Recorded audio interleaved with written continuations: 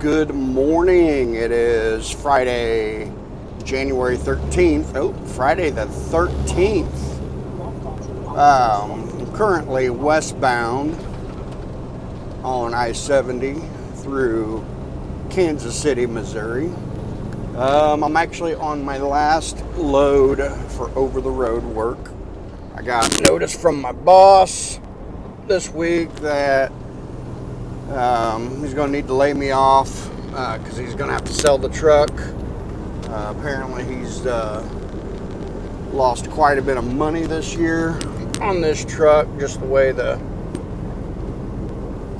economy is, and as many breakdowns as I've had on this truck. I bet I've been with this company for a little over a year, and I bet this truck has been in the shop probably 10 times and had to be towed twice. Each tow bill was $1,500 or right there, maybe a little bit more. And then each repair was about $1,500 as well. So it's going to be my last over-the-road job, I think. I think I'm going to look for something local where I'm home every night. It might be trucking, or it might just be a regular job. I don't know. I'll just go to whatever pays decent. Partly that's because I wanted to have my own truck by now and possibly even have my own company. But with the economy the way it is, it's just not in the cards right now. I think to make a decent living with a truck payment, I would need to gross anywhere from $5,000 to $6,000 a week, just to make a decent living, because you're going to have truck payments and maintenance, and I mean just buying tires on these trucks are super expensive, and so that's just really where I'm at. Even getting the oil changed on these trucks is really expensive, or oil change and other maintenance and greasing and lubing they may do at the shop, and that's a twice a year expense at least. So this is going to be it. I'm going to make this one last delivery. I have a load of block that I picked up around St. Louis, and it's really kind of my favorite place to go. I pulled in, and by the time I got around to my parking spot, they already had a forklift there waiting with a pallet of block up in the air. And as soon as I popped that air brake, or that parking brake, he put that pallet on me and started loading the other pallets. And I bet I was loaded and ready to start securing within 5 minutes. That's probably honestly the most efficient place I've ever loaded at. They're just crazy fast.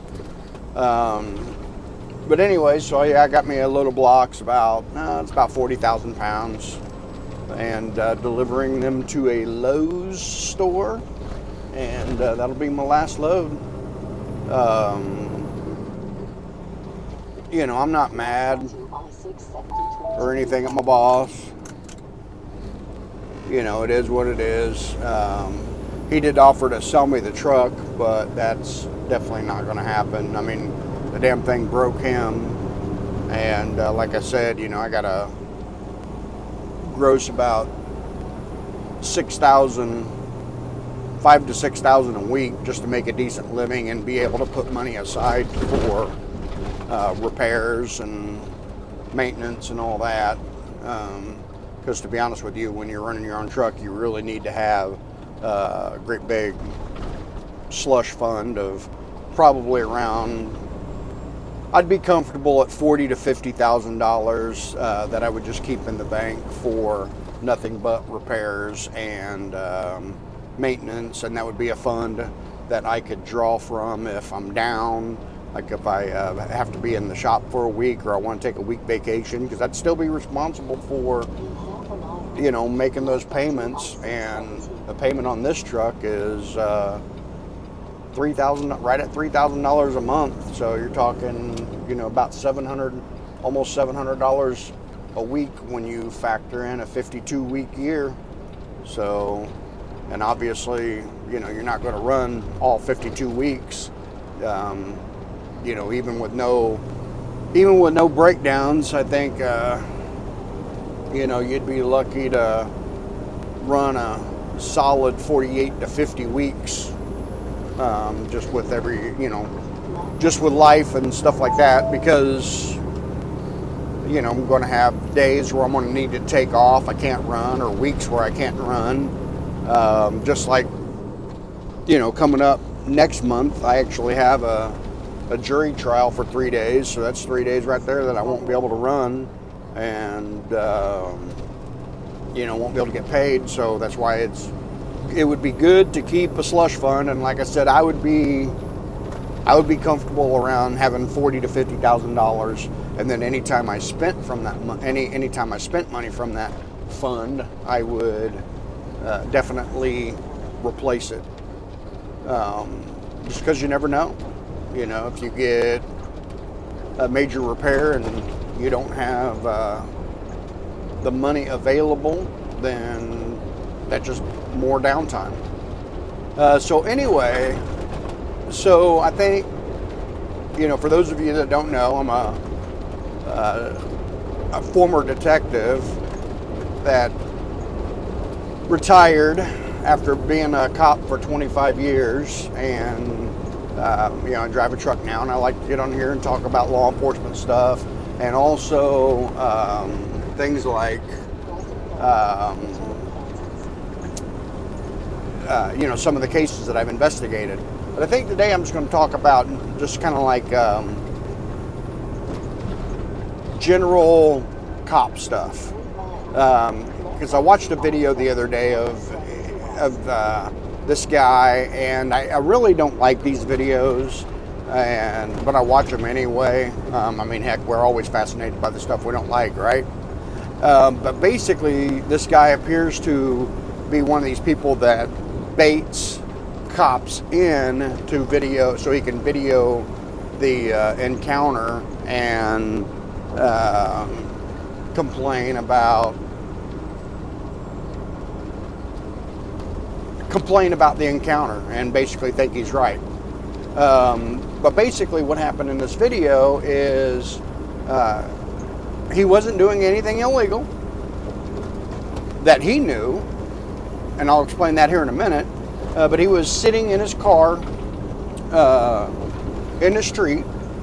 A citizen called the police because they thought he was suspicious.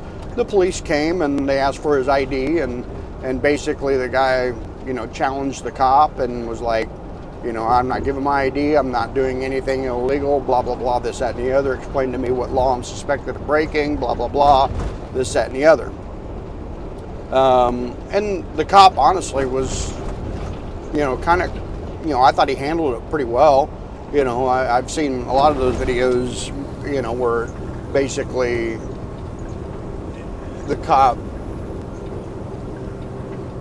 ends up in a situation where they shouldn't be because they don't know how to exactly handle it, but by golly, they're not going to let, you know, some citizen to tell them how to do their job, you know, and you know, that's why you always got to be thinking, and you have to be able to change directions in every situation, you know. I mean, the situations that we would deal with were very fluid, and it's just, it is what it is. You gotta be able to change gears, change directions, and still keep your cool. You know, especially even when you got people trying to push your buttons. So I'm going to go ahead and explain something a little bit. Just because you know you are not doing anything illegal does not mean the police cannot ask for your ID. Basically, what I'm going to do is I'm going to explain a case that brought on this law that's called a Terry stop. It's Terry, and the case is Terry versus Ohio. So basically what happened was a cop saw some people doing some suspicious activity, and I forget what decade this took place in, but I want to say maybe the 70s. Maybe the 80s. I'm not 100% sure, to be honest with you. But it's nothing recent. You know, it's been around for a long time. And Terry stop deals with stop and frisk and ID, and you know, it gets into identification and all that other stuff. But the roots of the Terry stop is being able to stop and frisk somebody because they're exhibiting suspicious behavior. But basically, these guys weren't doing anything illegal. They're just walking back and forth and dressed weird for the weather, you know, because they had on heavy clothing. But they kept walking back and forth from this jewelry store, I believe. And the cop thought that they were casing the jewelry store for a robbery, and they end up finding some guns on the people. Yeah, and there's more into it, and you know, that's just kind of a general description of what happened. Well, their attorney tried to get the stop and frisk, tried to get it thrown out of court because of Fourth Amendment violations. Well, basically, the courts ruled that people conducting suspicious activity. I really like it when I put on my blinker and people won't let me over, and it's 100% clear that they can get over and let me over. But anyway, sorry about that. The little car on my left, I turned on my left blinker to change lanes because I had some cars coming up on the exit ramp, and I wanted to allow them room to merge into traffic, and that car was really the only thing behind me. Turned on my blinker, and he just stayed right on my back corner, and then eventually got over. But anyway, so just because, you know, so those three guys, in Terry versus Ohio, they weren't doing anything illegal, but their activities were suspicious. And going back to the video that I watched, what happened is this guy was sitting in his car, and a neighbor called because the neighbor walks out to basically try and figure out what this guy's doing, just sitting in his car, which to some people that activity is kind of suspicious. To me, you know, I don't know. If I see some guy, to me it's a totality of the circumstances. You know, I might keep an extra eye out on somebody that's just sitting out in the street. You know, it's just a totality of the circumstances, you know. But anyway, so the neighbor went to kind of, I guess, confront this guy, and the guy drove off. And before the neighbor could confront him and ask him what he's doing, and then the guy came back later and was still sitting in his car. Well, to be honest with you, I think that I could articulate the need for identifying that person, and I would explain it to him just like this. If I were to be challenged by this guy, I would tell him that, you know, yes, what you're doing is not illegal. You know, you're just sitting in the car, but your actions are suspicious, and that is what gives me the reasonable suspicion to ask for your identification.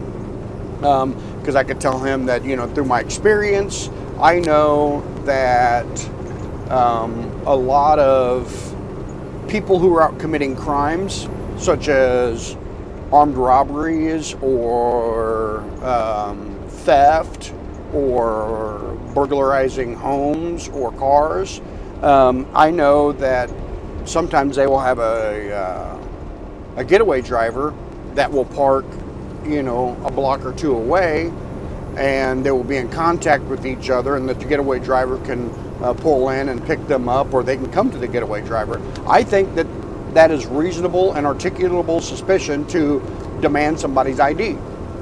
And if that person does not want to give me their ID and they want to try and challenge me on that, I think that would be okay to go ahead and write that person a ticket. If you're unable to identify them, to go ahead and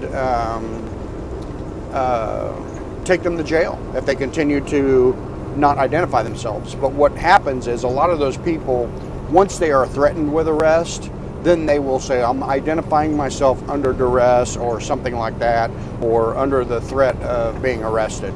And they'll be sure to get that on video. But even then, I would still probably write that person a ticket. And to be honest with you, I think that kind of stuff needs to be enforced. But the problem is, you write a ticket, it goes up to the city attorney's office or the county attorney's office, whichever, you may be working with.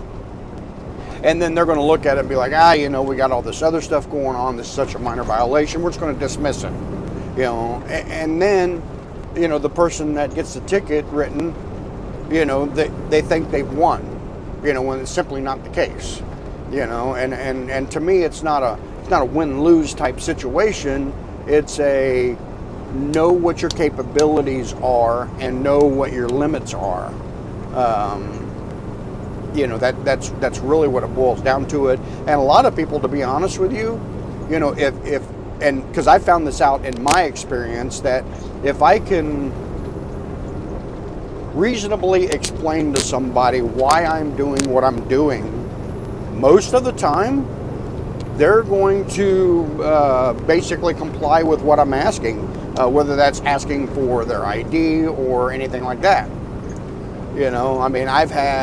I've had situations to where I get called to a suspicious person sitting in a car, and let's, say they're taking pictures from their car, or they're looking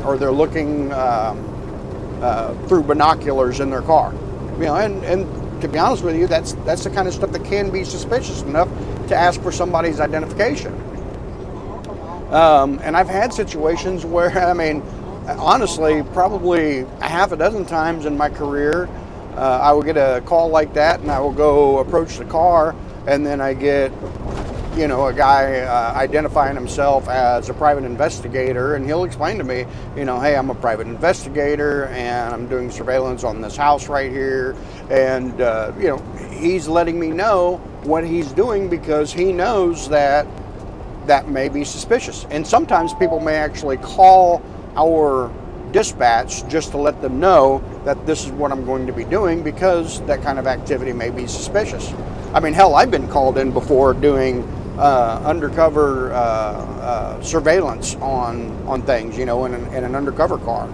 I've been called in as suspicious. And of course, I have a radio, so I can hear that call go out, and then I would call my dispatch on my cell phone and tell them that they could just have the car maybe drive through the area, but other than that, they can disregard, because I want to keep it looking as natural as possible. And that's just where it's at. Picture this, and this is something that could legitimately happen. I've had similar things happen, and this is pushing it a little bit, but I've definitely had very similar things happen. What if you came home and found that somebody done cleaned out all your stuff?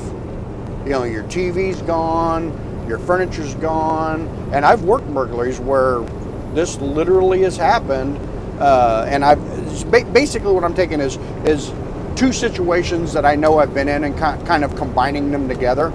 I know that sometimes people will use a rental truck, like a U-Haul, to burglarize a house or to burgle a house. I know that happens. I work cases where that's happened, where they're taking out multiple things like gun safes and furniture and televisions and all that. So I want you to imagine. Oh, and I've been in a situation where, I confront somebody about being suspicious at or near a property or at or near a car, and they try to tell me that, well, this is my car or this is my house. And then through my investigation, I find out different. But anyway, so to get back to my scenario, that's why I think that this scenario definitely could be reasonable. So let's say you came home and you find that somebody done burgled your home and all your stuff is gone. Your television, your safe, your furniture, your appliances. I mean, I've actually worked burglaries where they cut up the people's carpet. Like people would have brand new carpet installed and they cut it up and roll it up and take it out. But anyway, so let's say you come home to that and the cop gets gets assigned to come to that report, and the person there says, hey man, and let's say it's a neighbor that says, hey, there's some suspicious activity going on at my neighbor's house. I don't want the police to come knock on my door, but they should go check out my neighbor's house. And that call honestly comes in all the time. And sometimes it might be a meter reader, sometimes it might be somebody just cutting through somebody's yard, just to, make their trip shorter, which, to be honest with you, I've had people cut through my yard and I don't care, I just don't care, but anyway, or it could be somebody that's committing a crime. So imagine you got home and you find all your stuff gone, and a neighbor called the police in that situation, and the cop says, man, your neighbor just called about this a few hours ago, and I came out here and I approached the house and I see these 2 or 3 people moving items out of the house, and I came up and I asked what they were doing, and all of a sudden they just said, hey, I'm not doing anything wrong. I live here. I'm not doing anything illegal. You got to go away. I don't want you on my property. I'm not going to give you my ID. I'm not going to tell you who I am. And then they leave. The cops leave. And imagine the cop telling you that, knowing that the cops actually had contact with that person and that took your shit and then left because they got challenged. Because criminals are that brazen. They will do stuff like that. And house burglaries happen a lot during the day because, well, that's when everybody's at work.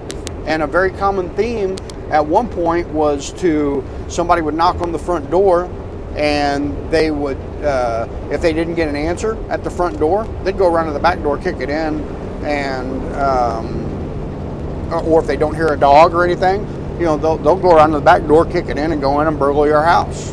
And that's just somebody knocking on your door, and if you answer your door, if they happen to get somebody that's home, they'll ask for somebody that's never lived there. They'll be like, oh, hey, is Tina around or John around? No, there's no Tina or John that lives here. And that has happened. I've had so many calls of that, where we get somebody calling in saying that some random person come knocking on their door and asking for some random person that doesn't live there and that's never lived there because they've lived in this house for the past 15 years.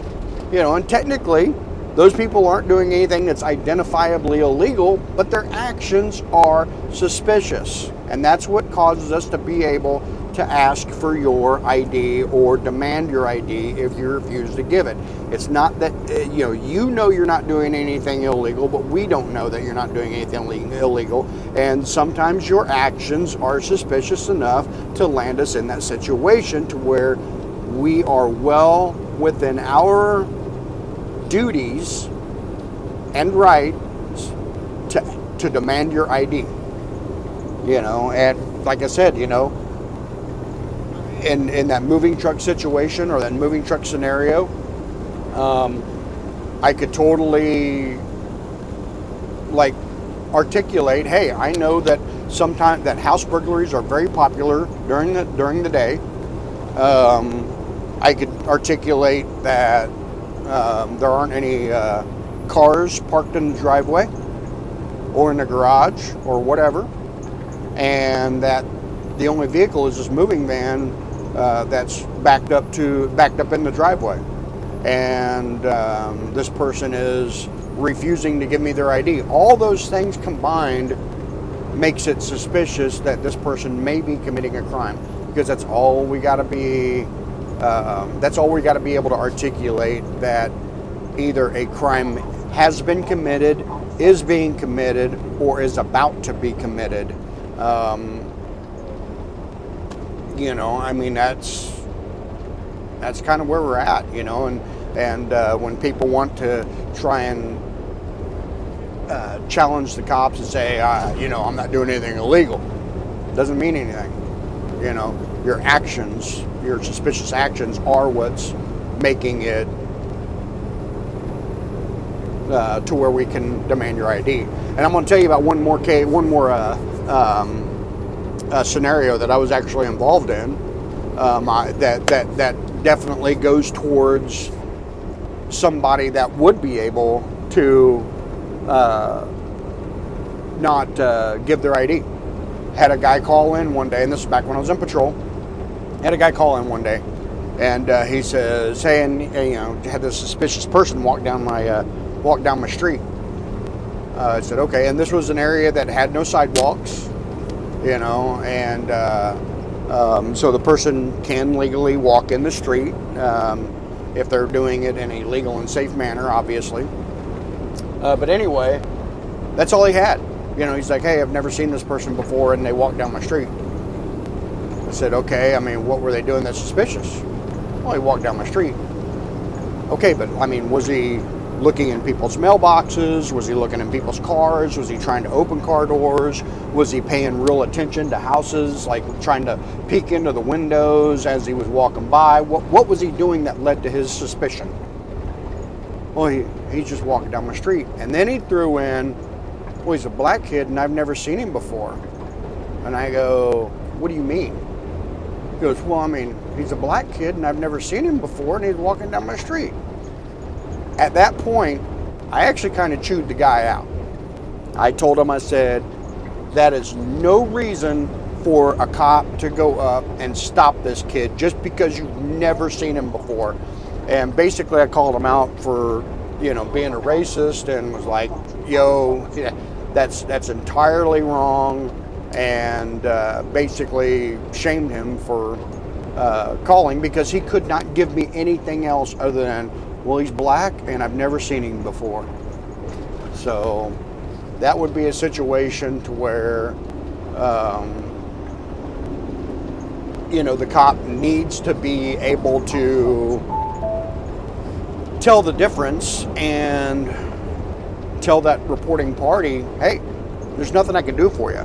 You know, and to be honest with you, you know, we have been dispatched, or I've heard radio dispatches go out of somebody walking down the street as being suspicious, but there's nothing else to go on. Well, they're just being suspicious, and that's all that they'll get from the caller. And to be honest with you, you know, I think we're playing with fire when we're getting dispatched to those kind of calls. I get it that somebody called and somebody says, "Well, they're just being suspicious." Well, we need to be able to articulate that, you know. And to be honest with you, how I would handle a call like that is I would drive down the street, and if I happen to see the person, I would look at them, and if they are not doing anything that arouses my suspicion, I would just keep driving. Because I pass all kinds of people all the time who are doing nothing but walking down the street or parked in their vehicle. Okay, it doesn't mean that they are being suspicious. Okay, it's their actions. Like the guy parked in his vehicle, his action of driving away, because that's what people do. You know, maybe if he had not driven away, maybe I may not be able to ask for his identification, or may not be able to demand his identification. I guess I can ask anybody, and if they refuse, I better be able to justify as to why I need it. So if all I have is they're just sitting there, I don't know that there's anything I can do as far as demanding their ID. Now, what I might do in that situation is I'll run their tag and get their information. And if they are a known burglar or a known thief, because yes, we did have people in our community who that's how they made their living, you know, then that's something that I could add to this. Is I know this person has been a suspect and has actually been found guilty or pled guilty to all kinds of thefts and burglaries, and you know, that's something that I can add to being able. And obviously, I guess if I know who they are, then I really don't need their ID, because there are people that are like that. They're frequent enough customers that, to be honest with you, we just know who they are. And real quick, I'll give another deal. Another deal. Had somebody break into a business, and really they kind of got over on the officer. This guy was a known thief. However, this officer was not familiar with him, and somebody called in that there was somebody inside the fence of a business that should not be there, and it was complainant refused. So he gets there, and basically he's like, well, my name is so and so, gives him a total of false name. I work here. And you know, he ended up having to leave. You know, I think he even, he had cut the chain that held the gate closed, and cut the locked chain, and had staged it back to look like it was still locked, and even pointed to it something like, look, I even have the key to the gate because that's how I got in here. You know, and obviously if the officer would have went over and rattled the chain, then it would have fallen off the gate, and then, you know, we could do that route. But the officer was just in a situation where he didn't have a whole lot of information to go off of, and some guy was like, hey, I work here, I'm okay to be here. And the officer ended up walking away without positively identifying him, because he gave a name and he didn't recognize the guy. And sometimes we are going to be in that situation. So that is a very similar scenario very similar situation to the scenario of the moving truck that I explained. But anyway, so if you're watching this and you're one of these people that, you know, supports some of the people who are out challenging the cops like that, look, I get it. You know, sometimes we're going to be inconvenienced, and the cops may inconvenience you by asking for your ID, or you may be offended because you know you're not doing anything wrong.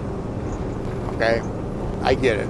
But unfortunately, the people who commit the crimes have led us to this situation. And in order for us to live in a secure environment, you know, sometimes you're just going to have to swallow your pride and hand over your ID card, you know, even if you know you're not doing anything wrong. But anyway, I hope there was some education from this video. You know, I'm not sure if I'll continue to make videos. I might, but I will tell you that, you know, anything that I've ever said or given advice is just how I would handle situations. I'm not giving people legal advice saying that something is 100% right or 100% wrong. I'm just saying that how I would handle these situations that I watched. So anyway, hey, until next time, y'all have a good day. I guess if there is a next time.